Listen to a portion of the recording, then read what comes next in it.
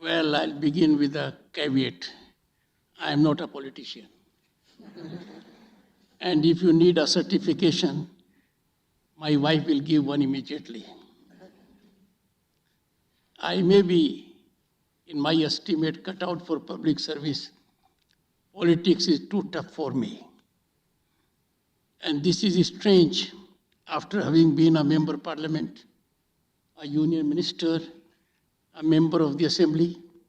Tough, but that is correct. President, FLO, Sudhasi Kumarji, we have a strong connect. One, same fraternity of lawyers. She is a lawyer, so am I. But there is another very impactful connect we have. She has had the occasion to work in the office in which Shri Arvind Datar worked.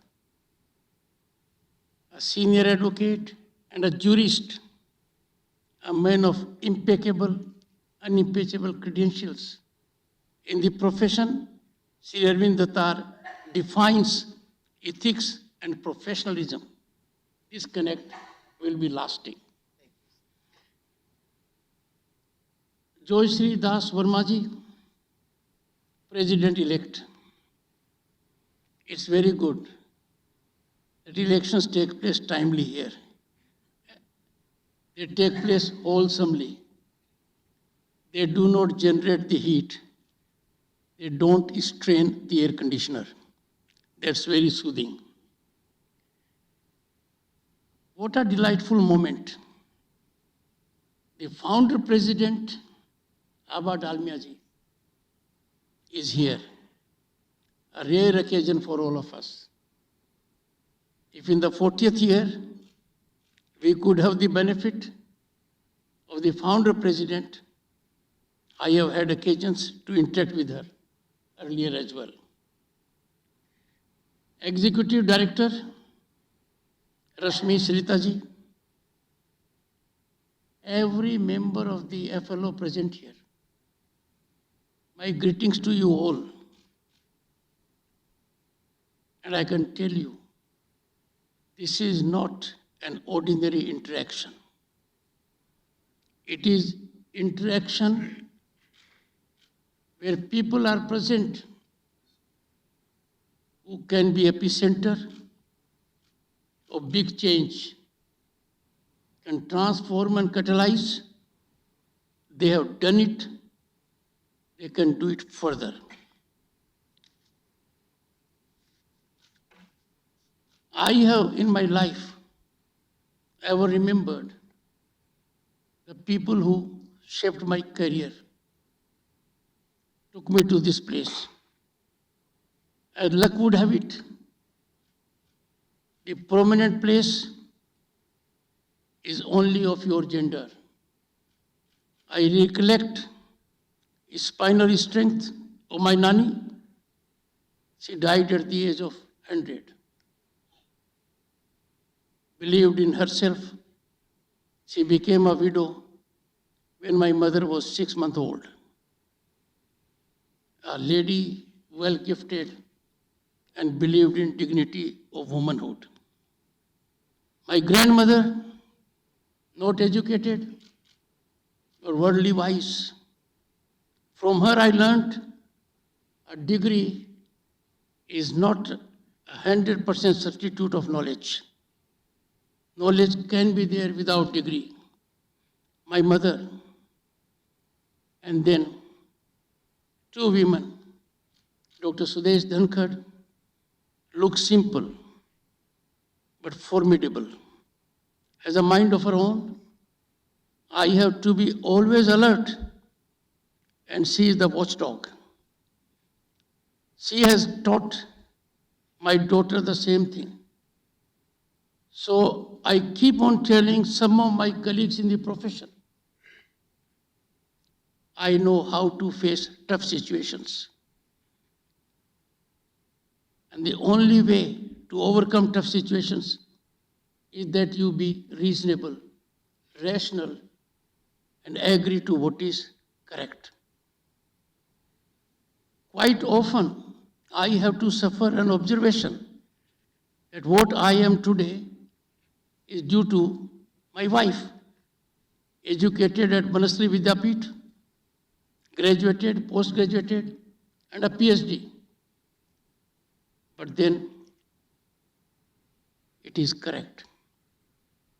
Ask your spouses. They will say the same thing about you. Tell them to pick up courage to publicly acknowledge it.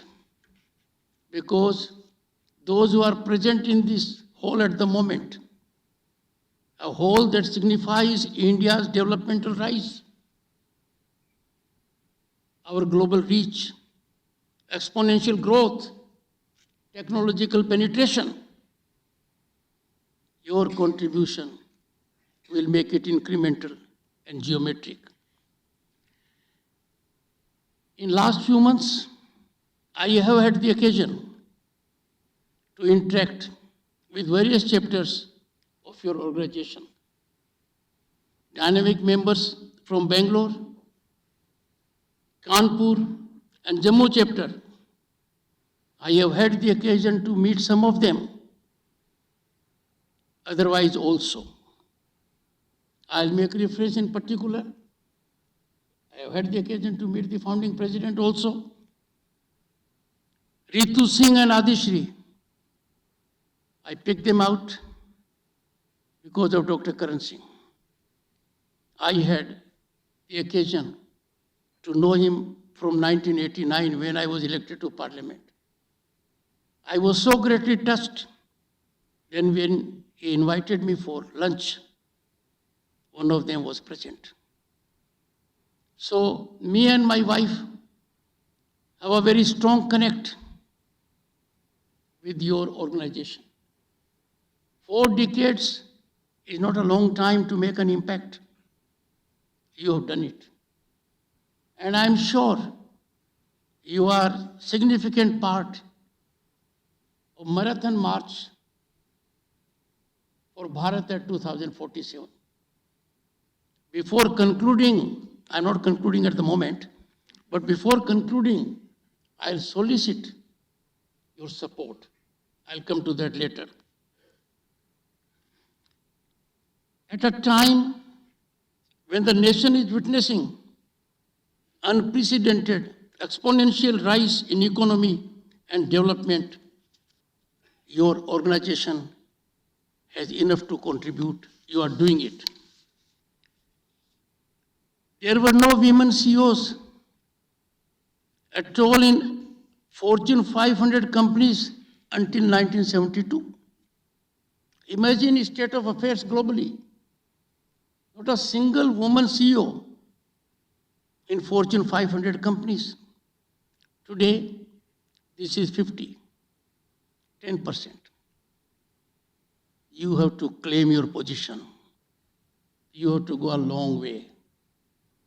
And your claiming this position and rightful place will augur well for economic stability, societal growth, and harmony. No one can disagree that gender equality, women empowerment, and women-led development, they are fundamental to just society. Society where there is justice and no inequities. It brings about equality of a great nature. In a sense, when you empower women, you are investing in the present. You are investing in the future. You are investing for the family. You are investing for society. As a matter of fact, you are investing for the entire planet. By promoting equal opportunities, breaking down barriers, and amplifying the voices and achievements of women, we create a society that is not only fairer and more just, but also prosperous, and more importantly, sustainable. Honorable members of FLO, in recent years, series of affirmative policy measures have been taken by the government. And these have fostered an environment where every woman can thrive. This has yielded fruits with women participating, getting enhanced in every facet of governance.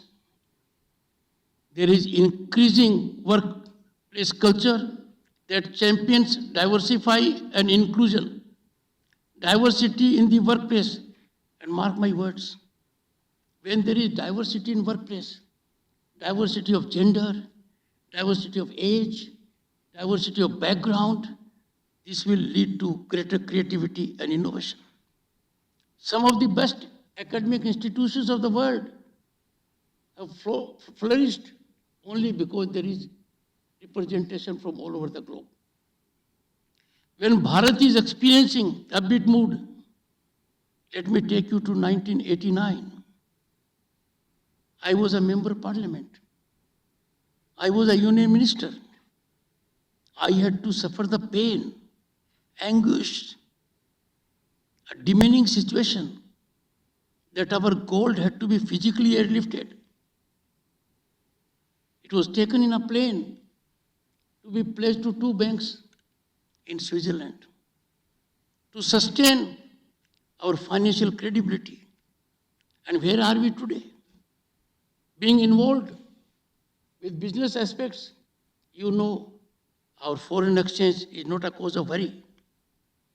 We have sometimes a week, a jump in foreign exchange can be over $6 billion.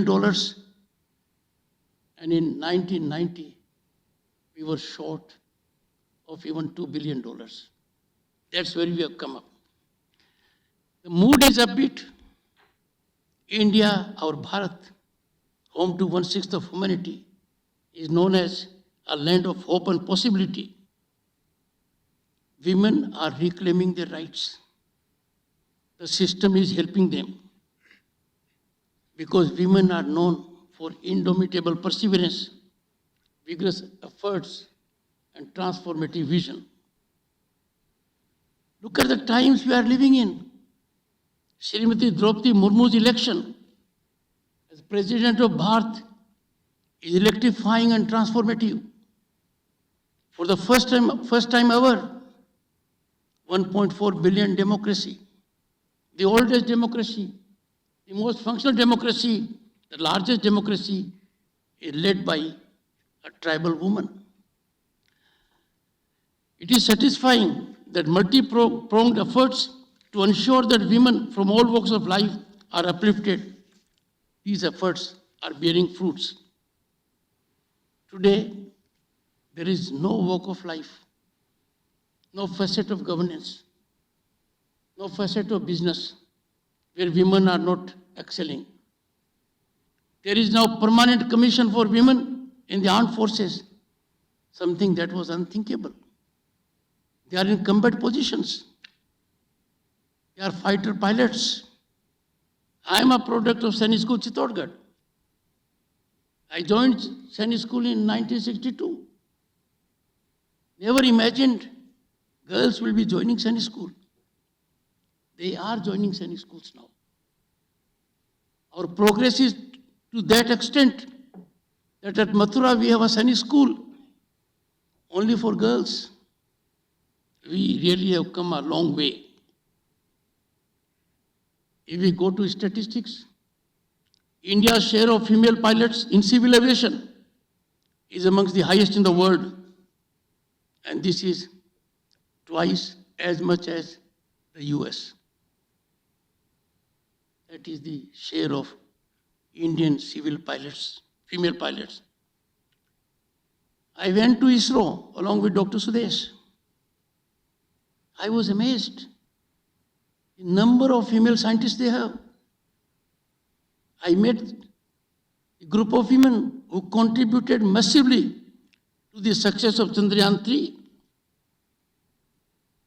Congratulations to you all for having shattered the ceiling. And you know it. It takes a huge effort for a rocket to take off. You took off 40 years ago. It takes a huge effort to come out of the gravitational force. you are out of it. Therefore, not the sky, but space is the limit.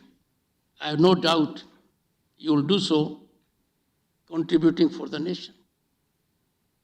September 2023 was a historic month. 1/3 reservation for women in Parliament, Lok Sabha, and state legislatures was structured. The effort was there for over 27 years. It did not succeed. But that effort has succeeded. Look at what will happen now. In Lok Sabha, 1/3 women plus more. It can never be less than 1/3 because that is reserved in state legislatures. You will therefore have the opportunity to be part of policy formulation, and that will change the course of history of the globe. This is an epochal development.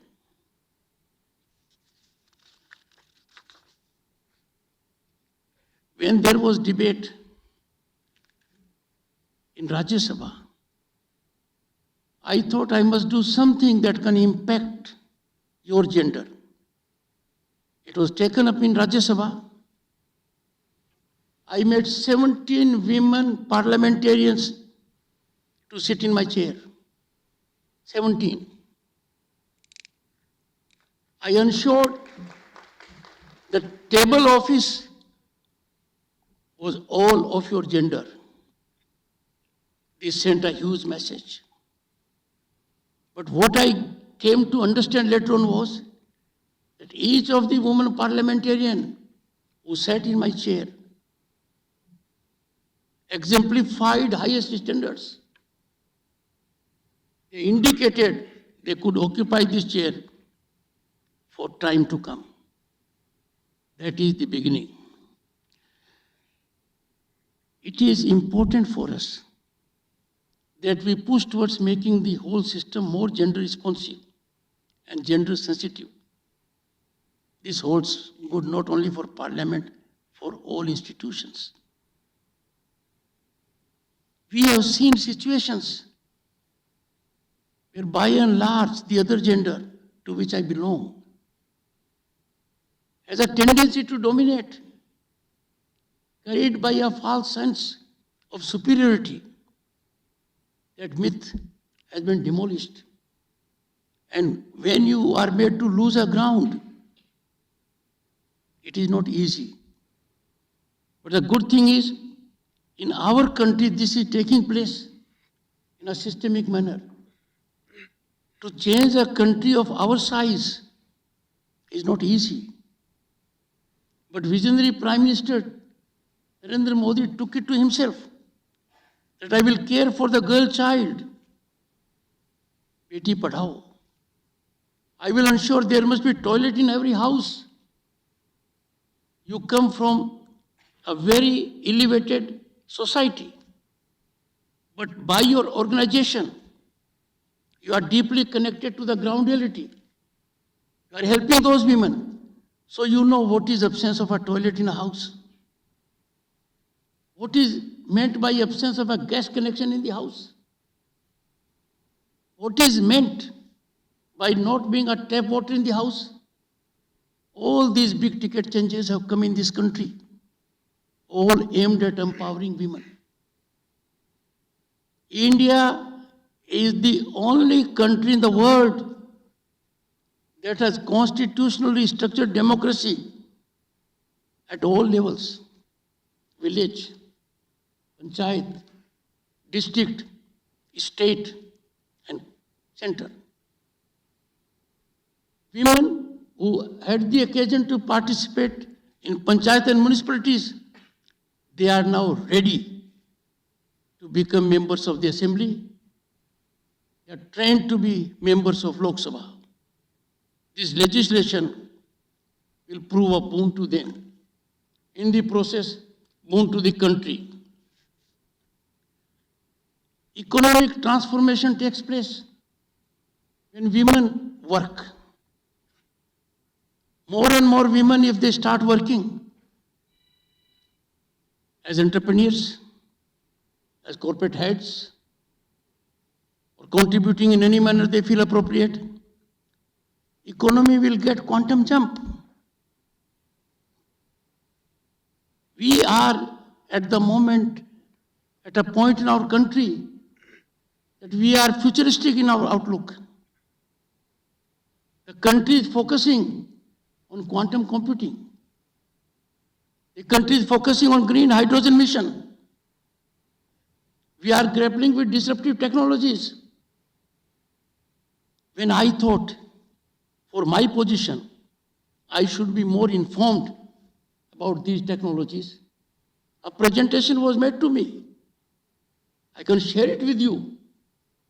It was by 3 women scientists, so passionate about their work, in a missionary mode.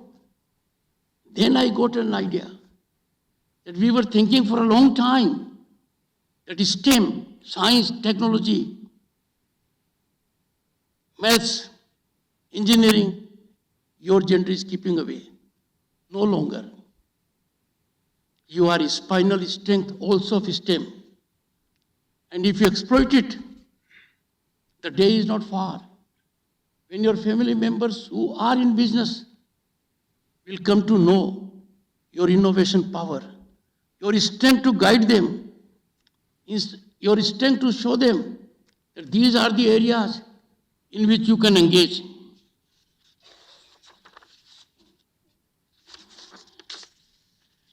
Promoting women's economic justice and closing gender gap in the world, they are key to sustainable development.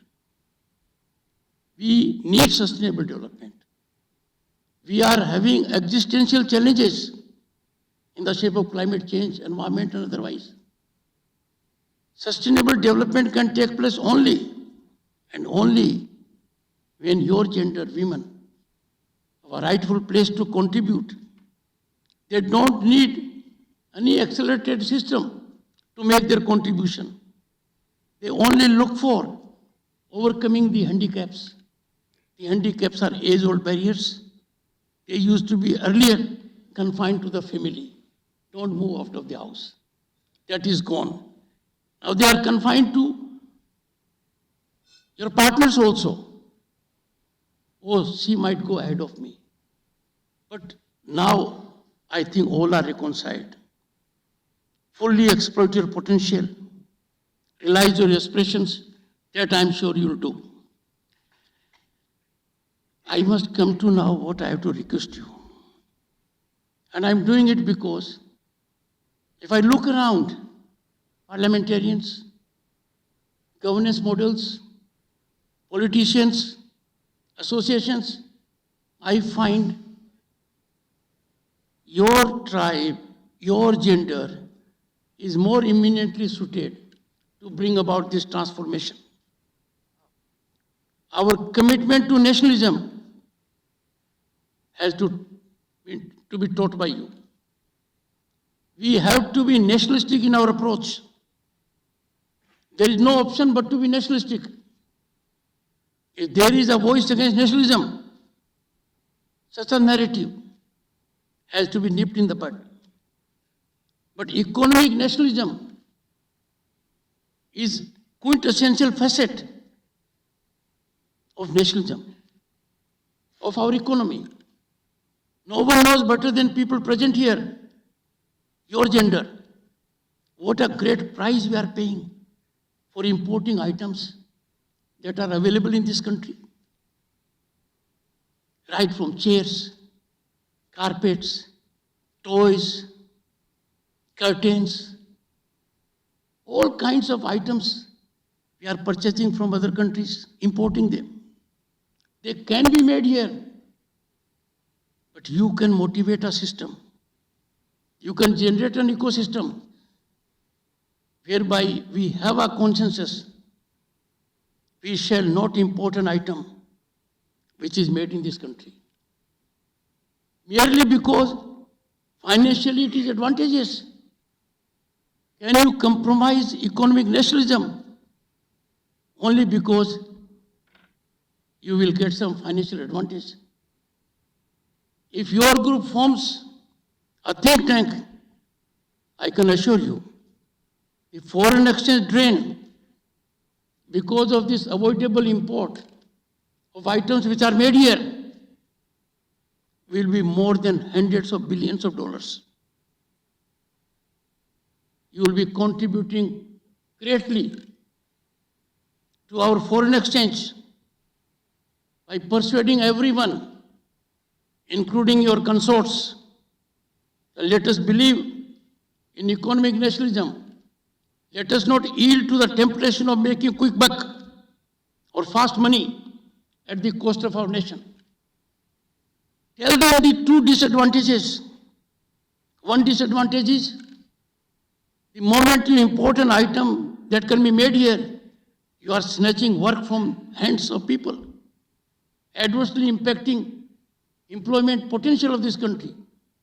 And secondly, you are coming in the way of entrepreneurship growth. Suppose some of you are engaged in making these items which can be imported from outside. They may have a tendency to dump here. There may be some financial advantage. But look at the kind of adverse impact it will have on your contribution, on nation's economy. And I'm sure if you and your members decide, ultimately who is doing it? The larger public is not doing it. This is being done and accomplished by people we know. A small category of people is doing it. You can sensitize them. You can imbibe in them a spirit of nationalism. That let us believe in local is vocal. Be vocal about local. Believe in Swadeshi. And secondly, which you all will appreciate, imagine raw material leaving our sites. India is a country that exports raw material. No country would export raw material for money. We must add value to our raw material. We must add value in this country that will generate employment. These two aspects, I can tell you, there is no better audience to make this appeal than the audience, the benefit of which I have today. And I'm sure you will act as ambassadors for this country in promoting economic nationalism. Through your august organization and individuals also, you can shape the course of the corporates, course of the industry, course of business and commerce and trade. And once this catches up, trust me, it will be geometric.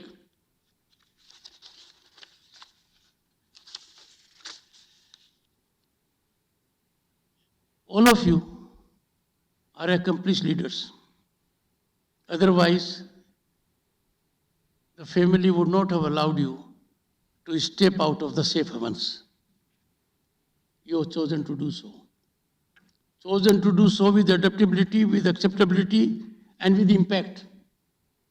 And now that it has been structured, it has made headway. With each step, the headwind is dying down. This headwind will be supporting you if you engage beyond what you plan to do and engage for nation building. The entire world is stunned at our growth. The entire world never imagined India's economy will be at this rise. We'll have this kind of infrastructure, such kind of highways, such kind of technological penetration, that our direct digital transactions are 4 times the transactions of USA, UK, France, and Germany taken together. Our per capita internet consumption per capita is more than that of USA and China taken together. Just a decade ago, you are 40-year-old.